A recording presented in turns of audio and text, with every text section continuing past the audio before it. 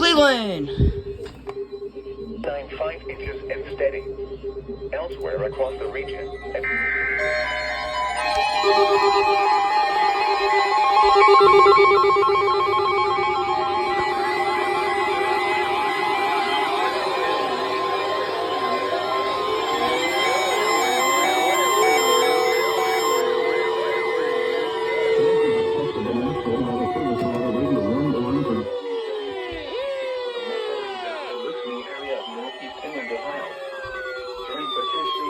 Weather situations, special built receivers are automatically activated to warn of the impending hazard.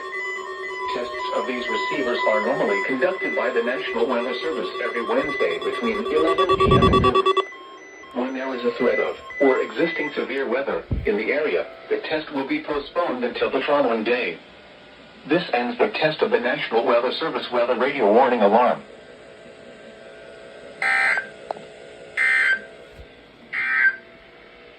At 11 a.m., weather reports